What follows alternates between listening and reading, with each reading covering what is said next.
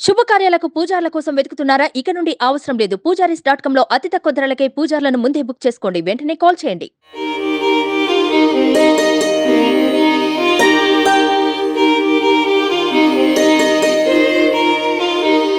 प्रभुं प्राणनादं विभुं विश्वनाथं जगन्नाथनाथं सदानन्दभाजम् भवद्भव्यभूतेश्वरं भूतनाथं शिवं शङ्करं शम्भुमीशानमीडे गलेरुण्डमालं तनौ सर्पजालं महाकालकालं गणेशाधिपालम् जटाजूटगङ्गोत्तरर्ग्वैर्विशालं शिवं शङ्करं शम्भुमीशानमीडे मुदामाकरं मण्डनं मण्डयन्तं महामण्डलं भस्मभूषाधरन्तम् अनादिं ह्यपारं महामोहमारं शिवं शङ्करं शम्भुमीशानमीडे तटाधोनिवासं महाट्टाट्टहासं महापापनाशं सदा सुप्रकाशम् गिरीशं गणेशं सुरेशं महेशं शिवं शङ्करं शम्भुमीशानमीडे गिरीन्द्रात्मजा सङ्गृहीतार्धदेहं गिरौ संस्थितं सर्वदा सन्निगेहम् परब्रह्म ब्रह्मादिभिर्वन्द्यमानं शिवं शङ्करं शम्भुमीशानमीडे कपालं त्रिशूलं कराभ्यां दधानं पदं भोजनं रायकामं ददानम् बलिवर्धयानं सुराणां प्रधानं शिवं शङ्करं शम्भुमीशानमीडे शरच्चन्द्रगात्रं गुणानन्दपात्रं त्रिनेत्रं पवित्रं धनेशस्य मित्रम् अपर्णाकडत्रं चरित्रं विचित्रं शिवं शङ्करं शम्भुमीशानमीडे हरं सर्पहारं चिदाभूविहारं भवं वेदसारं सदा निर्विकारम् श्मशाने वसन्तं मनोजं दहन्तं शिवं शङ्करं शम्भुमीशानमीडे स्तवं यः प्रभाते नरः शूलपाणि पठेत् सर्वदा भर्गभावानुरक्तः न पुत्रं धनं धान्यमित्रं कळत्रं विचित्रैः समाराज्य मोक्षं प्रयाति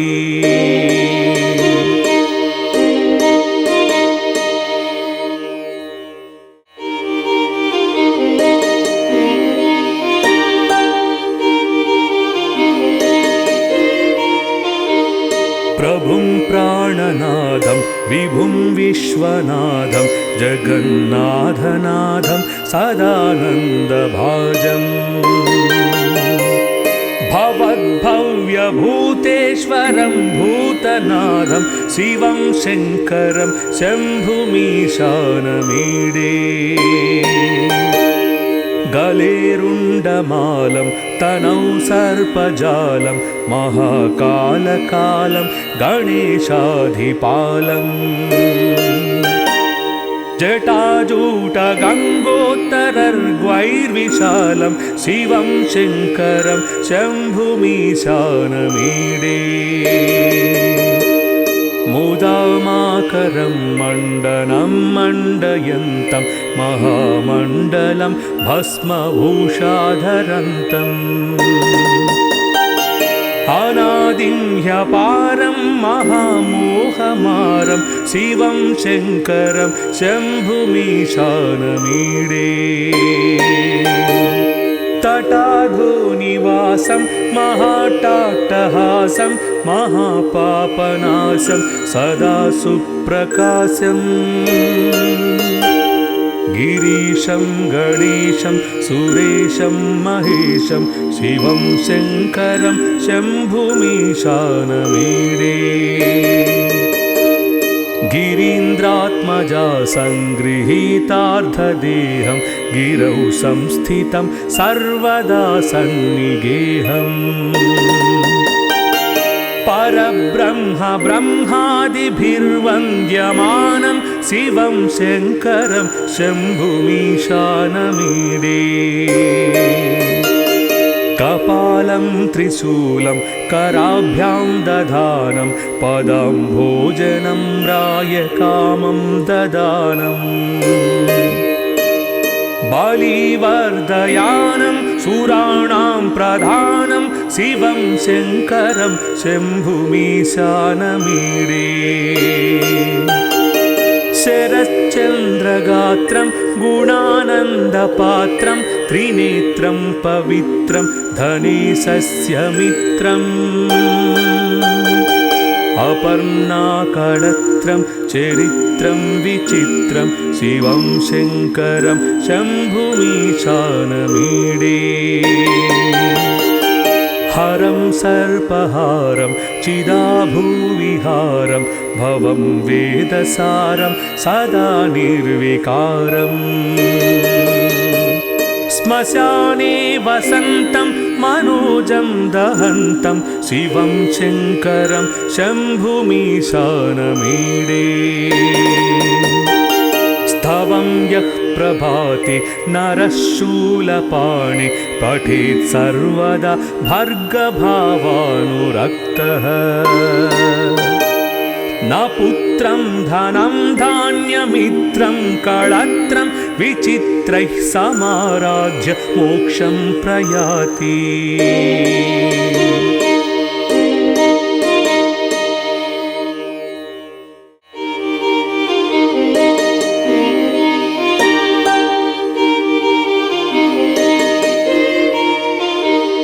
प्रभुं प्राणनादं विभुं विश्वनाथं जगन्नाथनाथं सदानन्दभाजम् भवद्भव्यभूतेश्वरं भूतनाथं शिवं शङ्करं शम्भुमीशानमीडे गलेरुण्डमालं तनौ सर्पजालं महाकालकालं गणेशाधिपालम्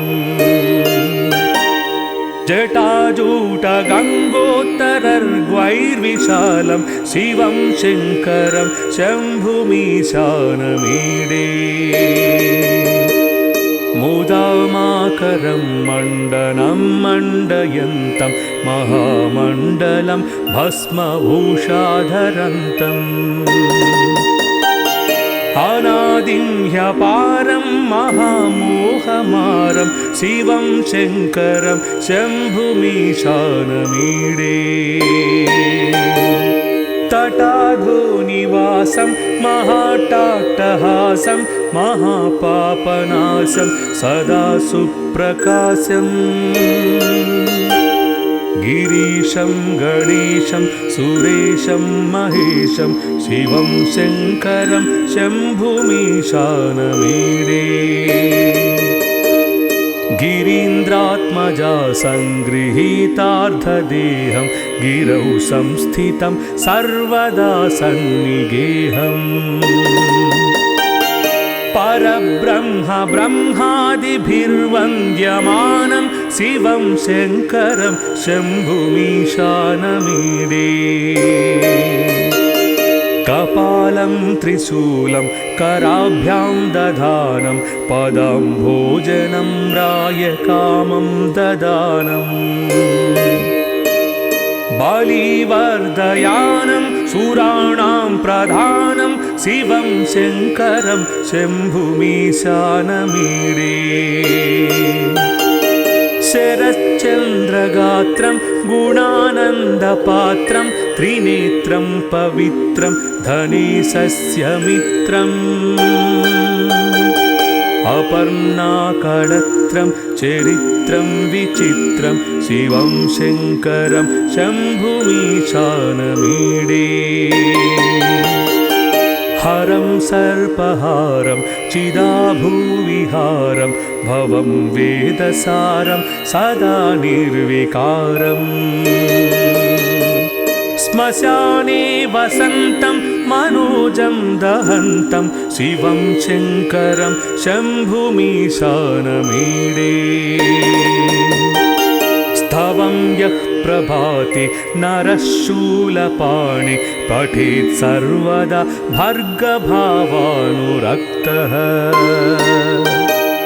न पुत्रं धनं धान्यमित्रं कळत्रं विचित्रैः समाराध्य मोक्षं प्रयाति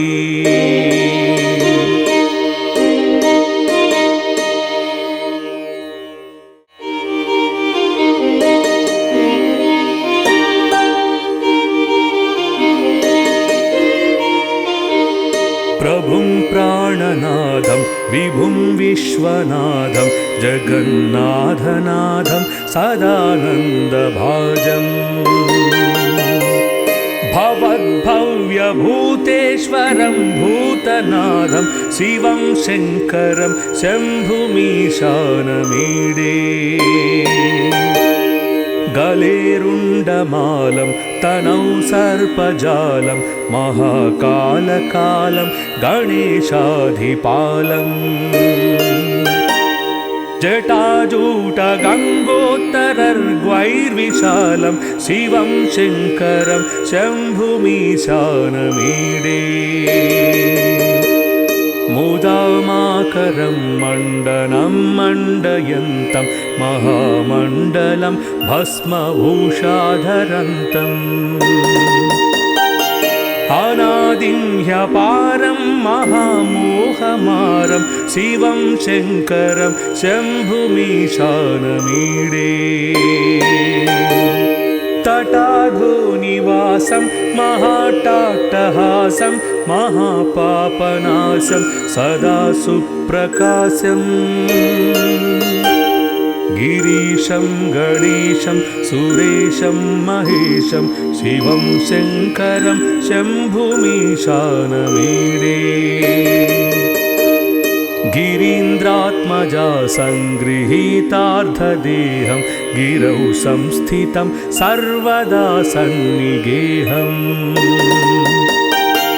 परब्रह्म ब्रह्मादिभिर्वन्द्यमानं शिवं शङ्करं शम्भुमीशानमीडे कपालं त्रिशूलं कराभ्यां दधानं पदाम्भोजनं रायकामं ददानम् बलिवर्धयानं सुराणां प्रधानं शिवं शङ्करं शम्भुमीशानमीडे शरच्चन्द्रगात्रं गुणानन्दपात्रं त्रिनेत्रं पवित्रं धनेशस्य मित्रम् अपर्णाकळत्रं चरित्रं विचित्रं शिवं शङ्करं शम्भुमीशानमीडे हरं सर्पहारं चिदाभूविहारं भवं वेदसारं सदा निर्विकारम् श्मशाने वसन्तं मनोजं दहन्तं शिवं शङ्करं शम्भुमीशानमीडे स्तवं यः प्रभाते नरः शूलपाणि पठेत् सर्वदा भर्गभावानुरक्तः न पुत्रं धनं धान्यमित्रं कळत्रं विचित्रैः समाराज्य मोक्षं प्रयाति।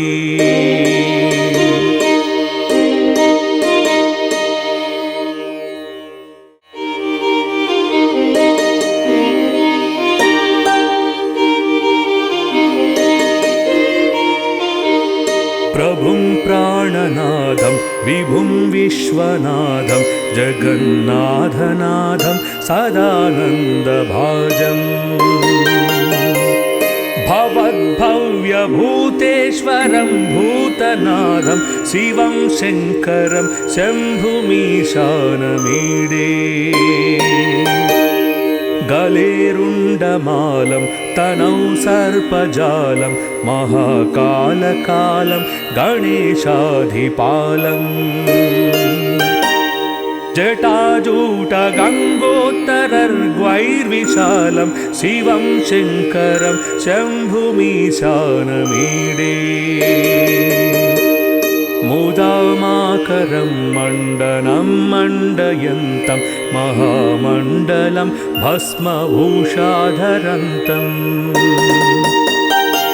अनादिं ह्यपारं महामोहमारं शिवं शङ्करं शम्भुमीशानमीडे। तटाधोनिवासं महाट्टाट्टहासं महापापनाशं सदा सुप्रकाशम् गिरीशं गणेशं सुरेशं महेशं शिवं शङ्करं शम्भुमीशानमीडे। गिरीन्द्रात्मजा सङ्गृहीतार्थदेहं गिरौ संस्थितं सर्वदा सन्निगेहम् परब्रह्म ब्रह्मादिभिर्वन्द्यमानं शिवं शङ्करं शम्भुमीशानमीडे। कपालं त्रिशूलं कराभ्यां दधानं पदं भोजनं रायकामं ददानम्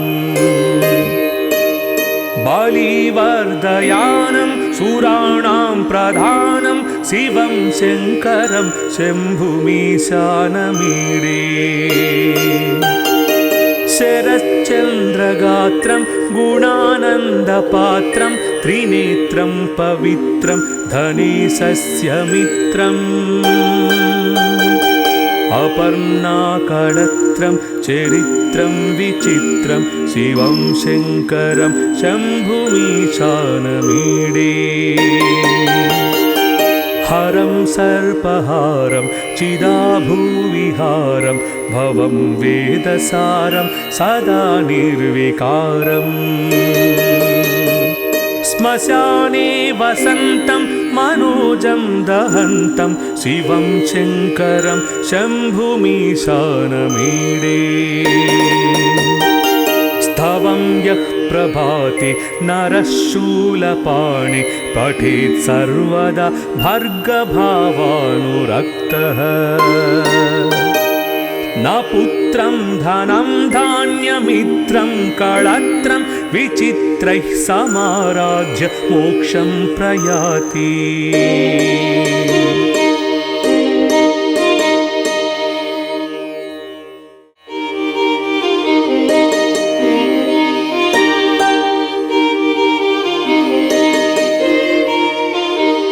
प्रभुं प्राणनादं विभुं विश्वनाथं जगन्नाथनाथं सदानन्दभाजम् भवद्भव्यभूतेश्वरं भूतनाथं शिवं शङ्करं शम्भुमीशानमीडे। गलेरुण्डमालं तनौ सर्पजालं महाकालकालं गणेशाधिपालम् जटाजूटगङ्गोत्तरर्ग्वैर्विशालं शिवं शङ्करं शम्भुमीशानमीडे। मुदामाकरं मण्डनं मण्डयन्तं महामण्डलं भस्मभूषाधरन्तम् अनादिं ह्यपारं महामोहमारं शिवं शङ्करं शम्भुमीशानमीडे तटाधोनिवासं महाट्टाट्टहासं महापापनाशं सदा सुप्रकाशम् गिरीशं गणेशं सुरेशं महेशं शिवं शङ्करं शम्भुमीशानमीडे गिरीन्द्रात्मजा सङ्गृहीतार्धदेहं गिरौ संस्थितं सर्वदा सन्निगेहम् परब्रह्म ब्रह्मादिभिर्वन्द्यमानं शिवं शङ्करं शम्भुमीशानमीडे कपालं त्रिशूलं कराभ्यां दधानं पदं भोजनं रायकामं ददानम् बलिवर्धयानं सुराणां प्रधानं शिवं शङ्करं शम्भुमीशानमीडे शरच्चन्द्रगात्रं गुणानन्दपात्रं त्रिनेत्रं पवित्रं धनेशस्य मित्रम्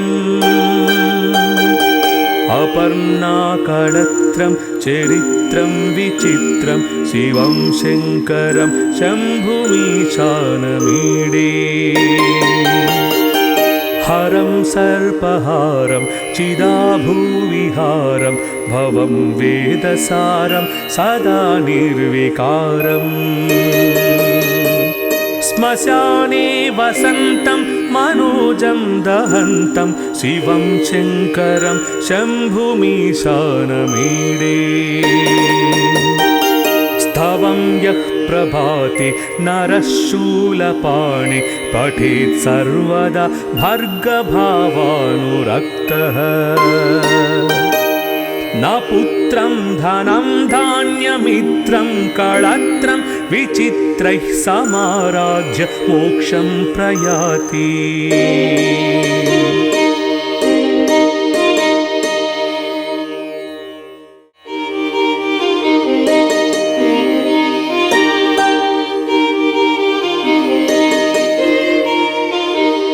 प्रभुं प्राणनादं विभुं विश्वनाथं जगन्नाथनाथं सदानन्दभाजम्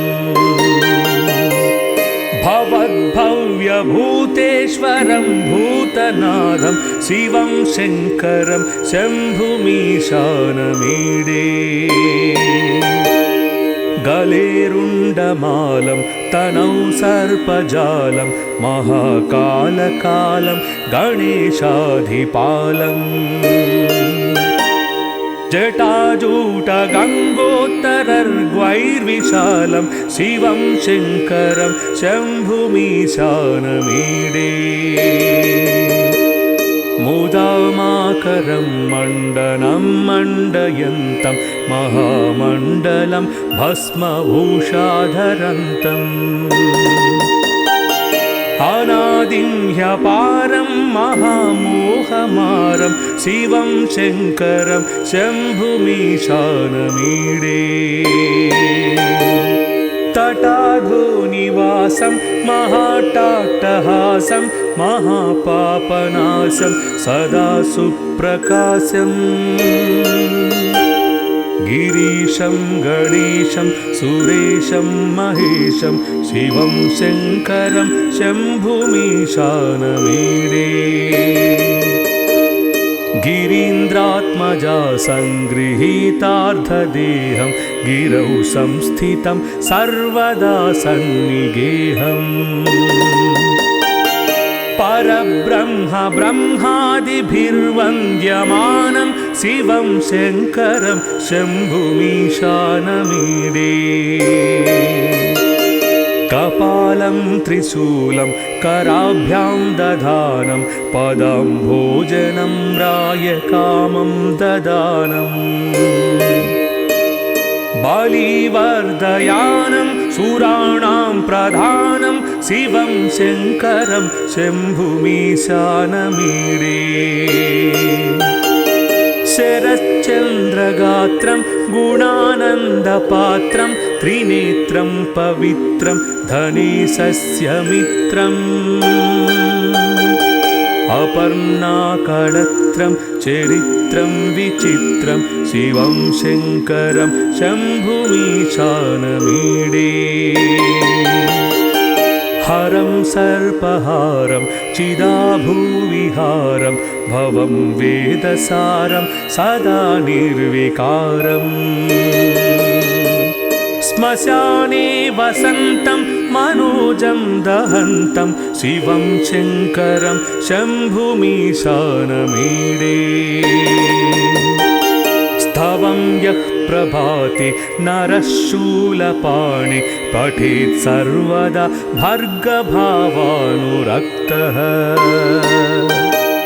न पुत्रं धनं धान्यमित्रं कळत्रं विचित्रैः समाराध्य मोक्षं प्रयाति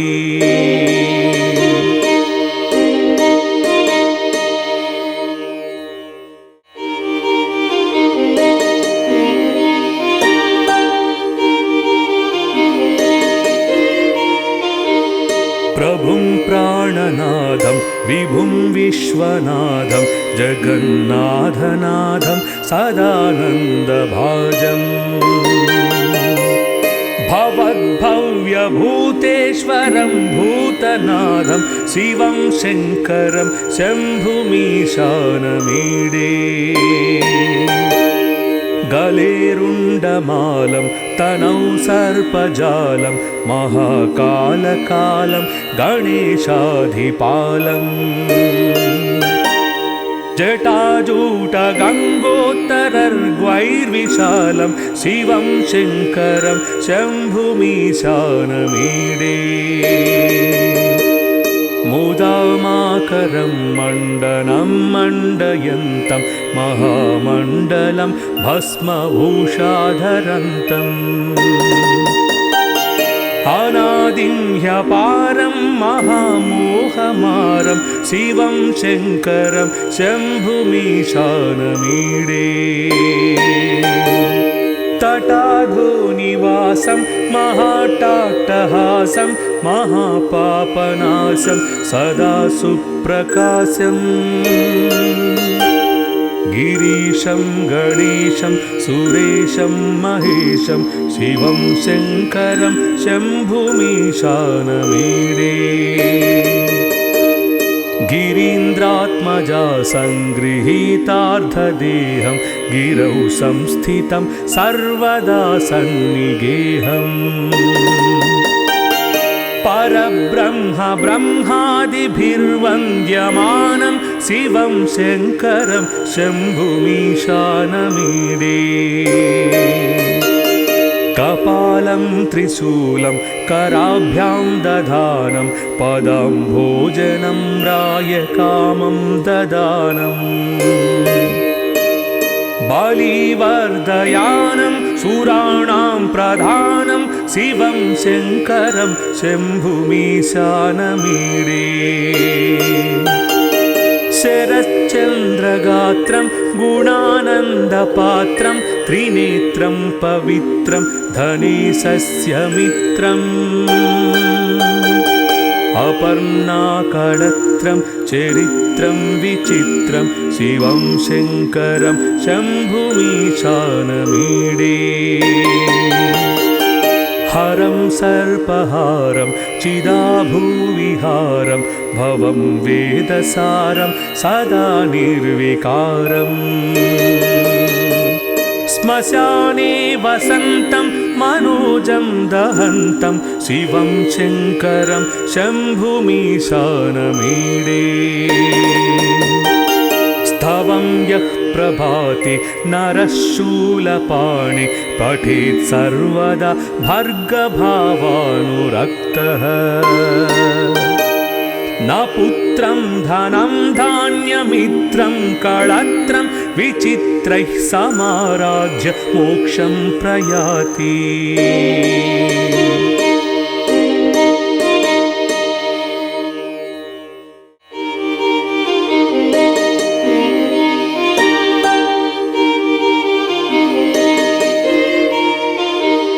प्रभुं प्राणनादं विभुं विश्वनाथं जगन्नाथनाथं सदानन्दभाजम्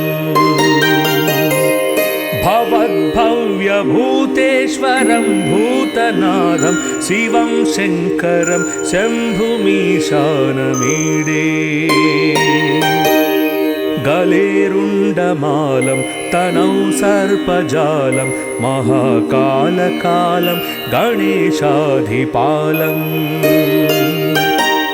जटाजूटगङ्गोत्तरर्ग्वैर्विशालं शिवं शङ्करं शम्भुमीशानमीडे।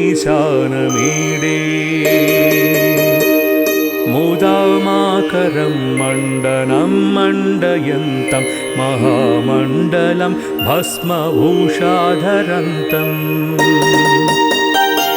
अनादिं ह्यपारं महामोहमारं शिवं शङ्करं शम्भुमीशानमीडे।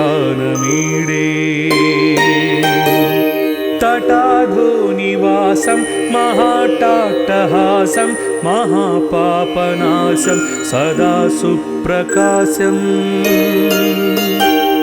गिरीशं गणेशं सुरेशं महेशं शिवं शङ्करं शम्भुमीशानमीडे। गिरीन्द्रात्मजा सङ्गृहीतार्धदेहं गिरौ संस्थितं सर्वदा सन्निगेहम् परब्रह्म ब्रह्मादिभिर्वन्द्यमानं शिवं शङ्करं शम्भुमीशानमीडे। कपालं त्रिशूलं कराभ्यां दधानं पदं भोजनं रायकामं ददानम् बलिवर्धयानं सुराणां प्रधानं शिवं शङ्करं शम्भुमीशानमीडे। शरच्चन्द्रगात्रं गुणानन्दपात्रं त्रिनेत्रं पवित्रं धनेशस्य मित्रम् अपर्णाकळत्रं चरित्रं विचित्रं शिवं शङ्करं शम्भुमीशानमीडे। हरं सर्पहारं चिदाभूविहारं भवं वेदसारं सदा निर्विकारम् श्मशाने वसन्तं मनोजं दहन्तं शिवं शङ्करं शम्भुमीशानमीडे। स्तवं यः प्रभाते नरः शूलपाणि पठेत् सर्वदा भर्गभावानुरक्तः। न पुत्रं धनं धान्यमित्रं कळत्रं विचित्रैः समाराज्य मोक्षं प्रयाति।